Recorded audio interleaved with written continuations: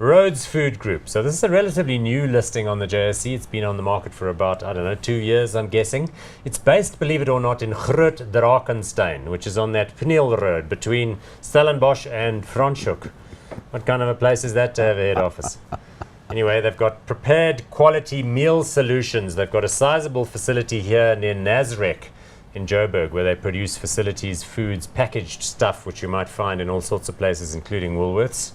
It also owns a couple of herds of cows, the Ayrshire cows that end up in the Woolies milk. World class, man, world class. 5.7 billion rands worth of market cap. Price earnings ratio 19.72, dividend yield 1.62%. I guess you can run a business successfully from the rural areas like that. Well, I think the track record speaks for itself. I mean, this has been a quality operation ever since I hit the boards here a couple of years ago. Let's have a look at the share chart, because that will underline what Chris is saying. That's a handsome looking trend.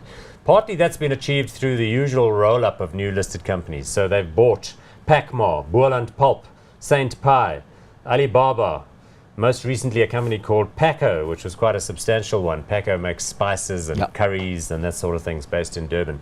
Paying some quite big numbers for them, but if you're on a 20 PE and you pay someone for a business on a 10 PE, then obviously that juices up your earnings. Wonderful. So they've been delivering like 40 to 50 to 60 to 70% earnings growth sequentially, and the market's currently giving them the benefit of the doubt they can continue to do that. You're right. And just looking at the Woolies side particularly, regardless of what you think about Woolies and the current economic environment, I think given the demand for their convenience foods, because no other retailer comes even remotely close to Woolies.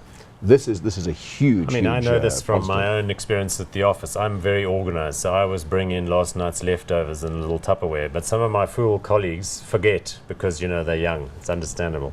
Then what am I going to do? They've got to go at Melrose Arch off to the Woolies. Then they come back with these pre-prepared meals, couscous and lemon chicken or some such thing. Yes. Exactly, world class, and you can be sure of the quality and the taste. There's nothing wrong, and there's no representation, no anything work to do. They just heat it up and off you go.